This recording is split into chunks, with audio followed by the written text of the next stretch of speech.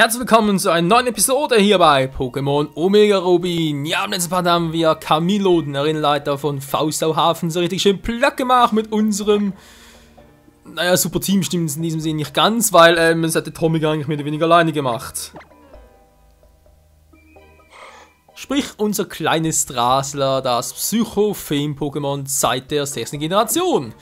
Genau, von wegen letzter Part und so noch, da war es, glaube ich, wenn ich mich richtig erinnere, ist schon ein paar Tage wieder her, wo ich erwähnt habe, wegen Wasser-Pokémon und so etwas. Ja, ich Trottel, stimmt ja, Wasser-Pokémon hatten wir schon mal.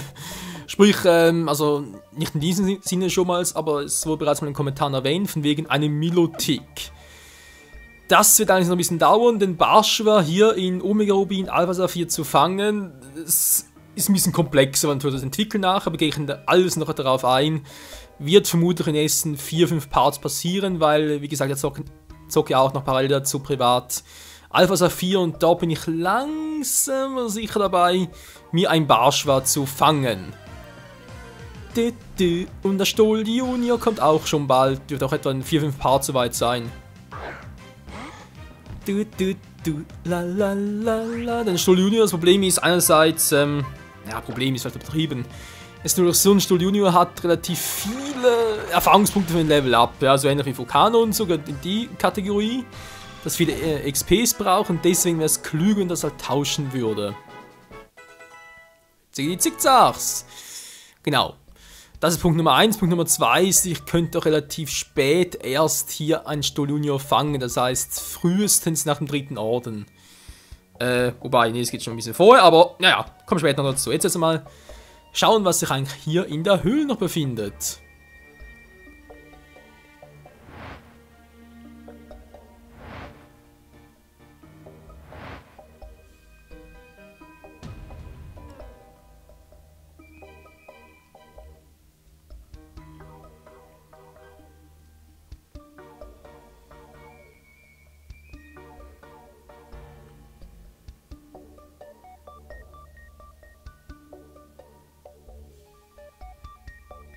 Von der reinen Bildgewalt dieser Wandmalerei aus zu urteilen, muss dieses urzeitliche Pokémon in grauer Vorzeit über ungeheuerliche Kräfte verfügt haben. Und seine Form erst. Sie ähnelte uns bekannten Mega-Entwicklung, aber irgendwas in ihr ist anders. Spoiler-Alarm, Mega-Entwicklung! Ja, das muss ich unbedingt näher untersuchen. Und du bist? Ah, von Michael. Ja, jetzt erst. Freue mich. Jetzt hätte ich es fast vergessen, mir vorzustellen. Ich heiße Troy. Meine Leidenschaft für seltene Steine treibt mich Land auf, Land ab durch die weite Welt. Na nu, das ist ein Brief für mich? Ja, guck mal hier. Michael gibt Troy den Brief, den Mr. True ihm anvertraut hatte. Oh, dankeschön. Dafür, dass du dir extra Mühe gemacht hast, mich aufzuspüren, hast du dir eine Belohnung verdient. Lass mich mal überlegen. Ich hab's. Hier möchte ich diese Themen schenken. Sie enthält Stahlflügel, meine Lieblingsattacke. Ein Hinweis auf seinen Lieblingstyp? Jep, Stahl. Stahlharter Kumpel, wa? Ach, übrigens, darf ich fragen, ob du irgendwas beim Anblick dieser Wandmalerei empfindest? Seltsam flüchtiger Blick auf dieses Kunstwerk aus der Urzeit verrät, welche Ehrfurcht die unvorstellbare Kraft des legendären Pokémon in unseren Vorvätern weckte. Ja. Allerdings hat ein Pokémon-Team keinerlei Grund vor ihm zu fürchten. Es scheint einiges auf dem Kasten zu haben. Naja. Wenn nun ein Pokémon-Team so weitermacht wie bisher und im Training nicht nachlässig sein, dann könnt ihr eines Tages sogar den Gipfel der Pokémon-Liga erklimmen. Ja, ich kann mir dich sehr gut als künftigen Champ vorstellen. Hey, cool, dankeschön, Kumpel. Gut, ich muss mich beeilen. Auf bald und viel Erfolg. Tschüss. Tschüssikowski. Naja. Interessant, denn natürlich in Alpha Saphir sieht das Ganze ein bisschen anders aus. Also natürlich das Pokémon, das man hier sieht, ist Groudon. Man sieht aber hier, irgendwas anderes. Es scheint irgendwie von Flammen umgeben zu sein und es speit auch Flammen aus. Klar, es konnte es bereits bei Rubin, Saphir, Smaragd, aber es war doch eigentlich immer ein Bodentyp. Ja, die Erklärung, wie gesagt, Mega-Entwicklung und so. Wobei, ich fand es auch ein bisschen seltsam. Also wie gesagt, jetzt zocke Alpha Saphir nebenher auch noch und die Mega-Entwicklung wird zwar hier und da mal erwähnt, aber ist auch jetzt irgendwie wie...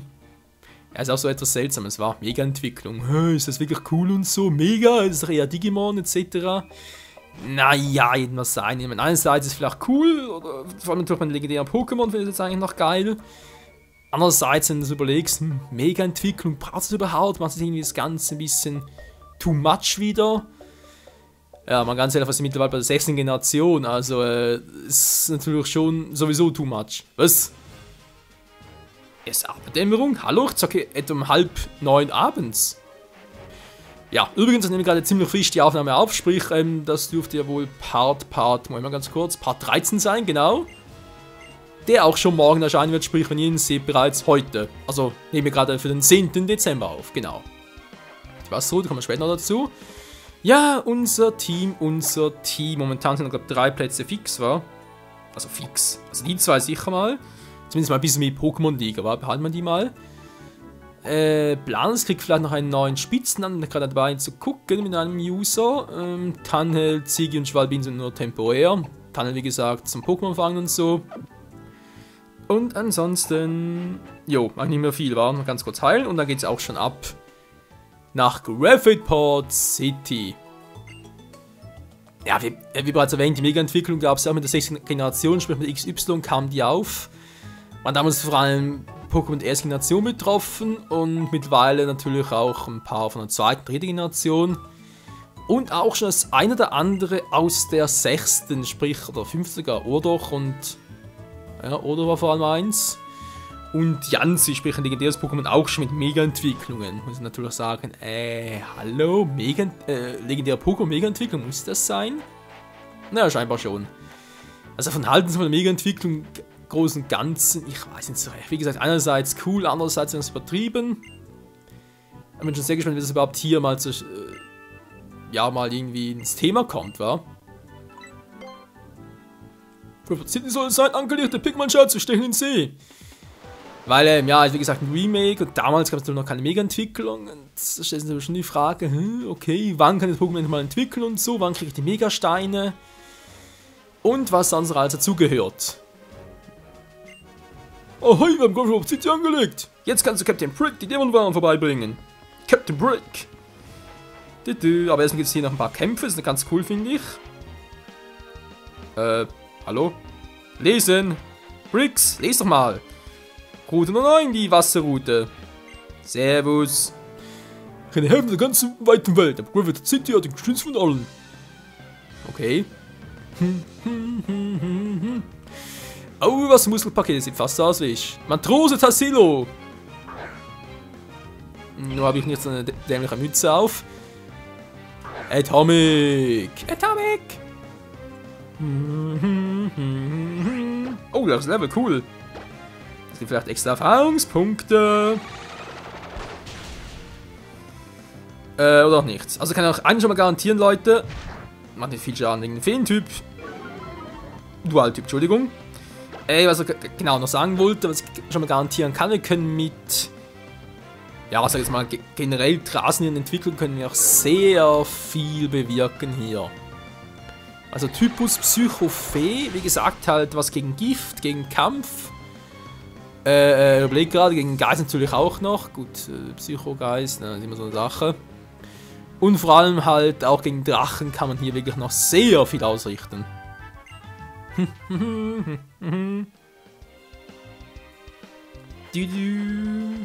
La la la la, überall hat es kleine Wingals. Ja, Alter, der Strand ist aber riesig, was? AP Plus! Was für ein Schuss! Was? Denn sonst ist gerade viel los hier.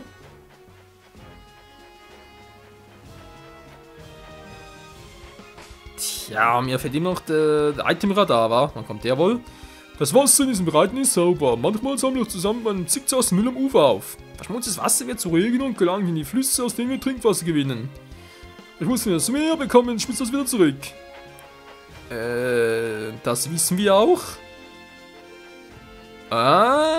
Moment mal, wir haben sogar den ersten Doppelkampf hier noch. Nö, schade. Wir kriegen noch einen Pudersand, das doch, glaube ich, Bodenattacken verstärkt. Das darf unsere Diener sein. Tschüss. Ein tolles Sandburg zu bauen dauert ganz schön lange. Pudersand. Genau, der Tag vom Typ Boden verstärkt, wie die schon auch seltsam war. Sand, der Tag vom Typ Boden verstärkt. La la la la la la. Und fighten. Sonnenschirme sehen aus wie riesige Blumen, finden Sie nicht auch? Nee. Plancherin Lola, ein Azurit. Aber gepasst, Freunde, das ist ein Normal-Feen-Typ mittlerweile. Ich überlege gerade, Azurit hat glaube ich schon immer Normaltyp, also was nicht früher noch normal Wasser? Was normal, also nur was kann durchaus sein. Dann entwickelt es natürlich zu Meryl, was ein Wasser-Pokémon ist. Ja, wirkt eigentlich Fee gegen Fee. Mal gucken. Nö. Nicht besonders. Das steht mir nicht besonders. Also Atomic, also sprich Drasler, aber natürlich schon irgendwie, also das ist die Frage, was für ein Wesen. Also angenommen, ihr wollt einen Drasler zu Guardian entwickeln, wäre natürlich ein, ich überlege gerade, aber es ist natürlich stimmt, ein hartes Wesen. Sprich ein Wesen, das den Spezialangriff steigert, aber den normalen Angriff senkt. Wäre natürlich ein Vorteil. Andererseits, wenn ihr natürlich denkt, ja, ihr wollt einen Galagladi haben, was natürlich vom Typ Psychokampf ist, wäre dann halt das umgekehrte Wesen, sprich ein mäßiges Wesen, war. Das erhöht eher den Angriff und senkt den Spezialangriffswert. Denn Galagladis Angriffspunkte sind sowieso höher als seine Spezialangriffswert, von dem her wäre das dann praktischer. Wobei man darauf achten muss, weil Galagladi kann man nur bekommen, wenn man ein stimmt nicht ganz, ein Kirlia. Aber ein Duas, ihr hättet Lust auf einen Sprudel im Strandhaus. Wenn man ein Kirlia, sprich den Entwicklung von Drasla, nicht zu Guardian weiterentwickelt, sondern mit einem. Oh, was ist das Stein schon wieder? Das war auch an der Stein, die es seit der 4. Generation gibt. Oh, Erweckungssteine. Nee. Ja, halt sowas in der Art, solche, ja, Entwicklungssteine halt, weiß ich den Namen nicht mehr. Die genau korrekterweise heißen, Ich glaube, auf Englisch war es doch Awakening Stone, wenn ich mich richtig erinnere. Atomic, du kapierst mir gerade. Denn, und natürlich müssen wir darauf achten, dass euer Drasel, beziehungsweise natürlich Kirlia, dass es männlich ist. Das folgt daran. Also könnt ihr im Prinzip wie das Kirlia auf Level 30 wird es automatisch so Guardian war. Egal ob es männlich oder weiblich ist, aber nur ein männliches Kirlia könnt ihr mit so einem Stein zu einem Galagladi entwickeln. Das theoretisch natürlich bereits nach Entwicklung, sprich bereits ab Level 20. Würde das gehen? Coole Augen. Ja, du hast coole Augen. Ständig mit Angriffswert senken wohl. Wow! Not bad. Oh nein, nicht Surfer. Was will der mit Surfer? Mich säuselt dir was. Ja, Prost Mahlzeit, was? Hilfe. Und bereits Level 16 für unseren guten Atomic. Ja, das ist gut. Der Günther ist ein Planscher. Tja, soll das Lebenteil nach Anlass langsam da ausstellen. War doch besser, wa? Da ich mal zu Planas rüber und wie gesagt, deaktivieren wir mal ganz kurz. Ich glaube, der war auch noch einen, den man herausfordern konnte. Yep. Kämpft gegen mich! Übrigens, wegen dem Thema Kämpfen, da habe ich auch noch gemerkt bei Alpha Saphir. Ich glaube, doch, das war glaube ich auch, das war es bereits, Moment mal, stimmt gar nicht. Das war bereits bei der 2. Generation, sprich Gold, Silber, Kristall damals. Oh, ist das schon lange her. Konnte man bereits nicht Rasierblatt machen, ne, sondern den Filzgrab. Ne, Quatsch, beiseite. Es ging darum, man konnte bereits damals Trainer-Rückkämpfe bereits machen. Sprich, er konnte ja Telefonnummern austauschen und so, war glaube ich damals sogar noch begrenzt auf 30 Stück insgesamt und dann halt gegen diese 30 Trainer theoretisch irgendwann wieder mal kämpfen, sobald sie wollten. Da ging natürlich bei, oh, Macholo. Oh, Hilfe am Kampftyp, das, Unlichttyp, das ist doch ein bisschen doof. Das ging sogar so weit, dass man bei der 3. Generation per Karte, also sprich per Map halt, schauen konnte, wo die Trainer sind, die wieder gegen einen kämpfen wollen. Sprich, nicht per Telefon registrieren lassen, sondern direkt wieder gegen sie kämpfen, sobald man es halt sieht. Das klappt auch hier, kann ich nachher ganz kurz zeigen. Es ist natürlich auch noch so, dass die Trainer, die ich gesehen habe, grausam schnell wieder kämpfen wollen. Also sprich, ich kann jetzt ein paar platt machen, schnell die Route verlassen, zurückkommen, sie wollen bereits wieder fighten. Ja, so krass ist das. Ich glaube, das Level erhöht sich kaum, wa? Das war eigentlich noch ein cooles Feature, dass du sagen konntest, ja, du kämpfst mal gegen den und dann nachher kannst du einen Rückkampf machen und die haben sogar teilweise dein weiterentwickelte Pokémon. Sprich, statt irgendwie nur ein Loturzel und ein Samurzel plötzlich ein Planas und ein von Loturzel ist es schon wieder. Lombrero, dankeschön. Mann, ey, ich kenne den Namen echt nicht mehr. Ich bin alt und grau. Jo, Trainer, bist du einer? Du musst wieder fort. Erfrisch dich doch am Papas Ort. Hey, cooler Raum, hast du auswendig gelernt? Jo, Trainer, bist du einer? Musst du wieder fort. Erfrisch dich doch am Papas Ort. Ja, scheinbar schon. Strandhaus, Papas Ort. Ach nee, doch nicht.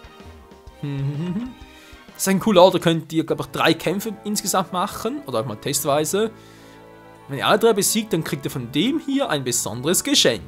Ja. Oh, Entschuldigung, Bricks oder Michael. Servus. Hey, du da, was schaust mich so komisch an? Du willst mir doch nicht auf mein Eis klauen? Mama. Raube ein Bird. Pfäffchen. Pfäffchen. Blanas. Level 12. Lächerlich, ey. Blanas. Ein Rasierer, bitteschön. Ja, ganz geil. Ninja-Style. Ist eigentlich das Planer oder Tengol ist schon irgendwie so ein Ninja-mäßig drauf, wa? Also, natürlich nicht so wie irgendwie so ein Quatschutsu, natürlich schon klar, aber es geht in ungefähr Richtung. Ein paar Erfahrungspunkte, ich glaube sehr viel. Noch ein Unlicht, na gut, das ist ein Wasser-Pokémon. Jetzt frage ich mich, Rasierblatt ist ja physisch, kriege ich jetzt irgendwie noch Schaden?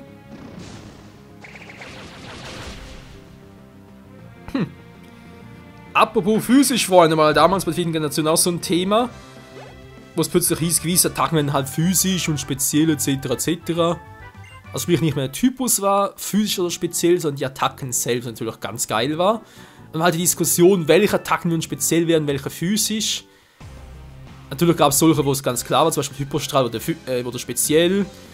Ein Feuerschlag zum Beispiel ist physisch, ganz klar.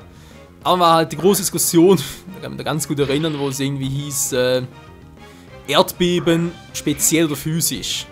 Und ich war auch einer von denen, die gesagt hat, der kann muss rein speziell werden, weil klar, du rüttelst da im Prinzip die Erde auf und ist natürlich speziell, physisch, aber du hast mit dem Gegner keinen direkten Kontakt. So gesehen, oder? Aber jetzt, Rasierblatt genau ähnlich, hast du auch keinen direkten Kontakt mit dem Gegner.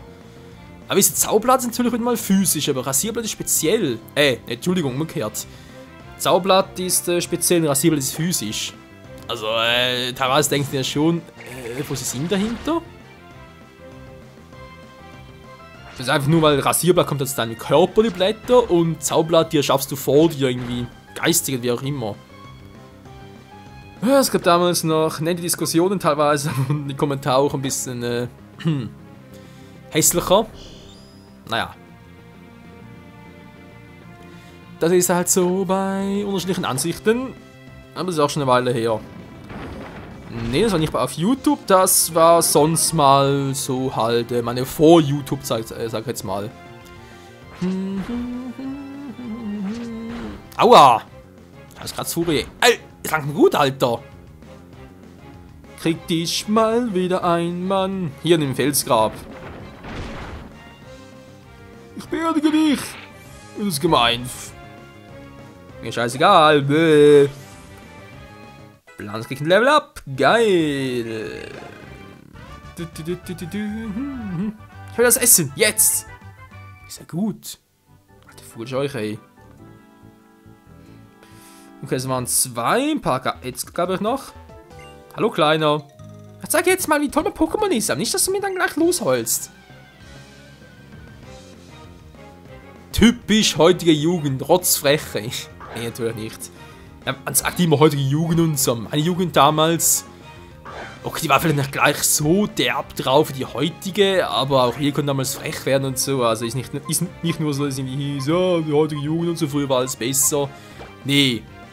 War einfach natürlich so früher, allgemein natürlich, das machst natürlich auch dann Erfahrungen und gibst natürlich den Jungen weiter. Und natürlich die Jungen von heutzutage haben immer mehr und mehr mit Erfahrungen der Alten zu kämpfen und machen natürlich noch neue Erfahrungen und so. Also dem her doch eigentlich schon so, also natürlich von jeder Generation zur nächsten, also natürlich mehr zu lernen, mehr zu erfahren. Und dementsprechend natürlich auch mehr zu verteidigen, sag ich jetzt mal. Wenn du so auf einen heißen Kampf hast, bist du bei mir genau richtig.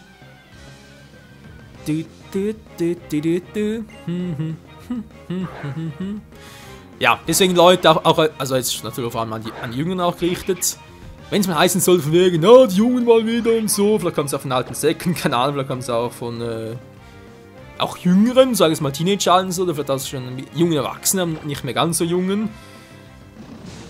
Würde ich einfach mal sagen, ganz ehrlich Leute, es ist doch so. So wie du in den Wald hineinschreist, so kommst du wieder zurück. Oder sprich, je nachdem wie du einander behandelst, so wirst du selber behandelt. Wenn natürlich ein Erwachsener zu mir kommt und mich total scheiß behandelt, oder auch irgendwie, könnte auch ein Junge sein, was spielt keine Rolle, ein Junge, ein alter Sack, ein Mittelalter sag ich schon. Oder sei es irgendwie eine Frau, ein Mann, was auch immer, es ist scheißegal was genau. Wer mich scheiße behandelt, den behalte ich auch scheiße. Behandle ich scheiße, so mit dem Schuh aus. Ja, ich sollte mich mehr aufs Spiel konzentrieren, gegen Kampf-Pokémon anzutreten, ohne sicher zu sein, dass ich ein direkt Killer ist. Nicht gerade die super Idee gewesen. Also, Kernaussage soll es sein, es spielt einfach keine Rolle, ob ihr jetzt die Jungen seid, ob die anderen die Jungen sind und so. Es geht einfach darum, mit anderen auszukommen und von natürlich jedem gegenüber Respekt zu zollen, der es auch verdient hat. Weil ihr selber wollt ja auch respektiert werden und geachtet werden, nicht verarscht werden und so. Und das soll natürlich auch so von euch zu anderen übergehen. Das sollte gerade meine Kernaussage sein. Ja, nun gut Leute, wenn wir sagen, im Kampf ist Schluss, sollen wir ganz kurz noch hier das Häuschen und so, sprich holen unsere Belohnung ab nach diesem Part und dann schauen wir im nächsten Part weiter, was Graphipod City uns noch zu bieten hat.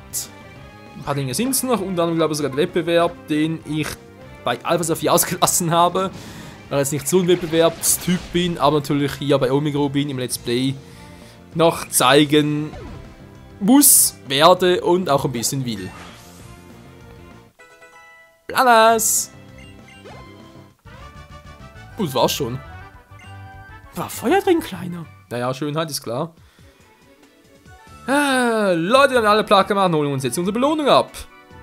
Ich bin der Besitzer des Strandhaus. Du kannst Mr. Mayor zu mir sagen, oder Mare. Ich habe nichts mehr als heißen Pokémon können wir zuzusehen. Sag mir, wie heiß dein Herz lodert. Wenn du alle Trainer besiegen kannst, wird er dich belohnen. Ja, bereits gemacht und... Das waren wirklich brandheiße Pokémon-Kämpfe. Ich bin mehr als zufrieden. Als Dankeschön würde ich dir ein Geschenk machen. Hier hast du 6 Flaschen Sprudel. Ich sprudel ja über vor lauter Glück. Was ein einfacher Spruch, ey. Dankeschön. Ja, wir haben Sprudel bekommen. Sprudel ist ja eine Art Tränke, kann man sagen. Oder Supertränke, noch ein bisschen schwächer. Aber hat durchaus seine Vorzüge, wa? Ja, wenn man sagen, Leute, vielen Dank fürs Zusehen. Ich lege mich halt... hallo, können wir hier... Ne, geht natürlich nicht. Ach, das wäre jetzt mal was. War am Strand liegen, wenn es draußen etwa, sag ich mal, 20, 25 Grad ist, nicht allzu heiß, nicht zu kalt, einfach gerade angenehm. Wenn keine Sonne untergeht und du dich einfach nur entspannt, geht sogar, entspannt zurücklegen kannst. Tja, in diesem Sinne, bis zum nächsten Mal wieder mal hier bei Pokémon Omega Rubin mit, ich würde sogar sagen, Jungblut in der Hauptrolle, war. Kam ein bisschen zu kurz in letzter Zeit. So kleines Jungblut. Jungblut! Planas! Atomic! Drasler! Ja, wie dem auch sei. Gut. Bis zum nächsten Mal wieder mal. Tschüss!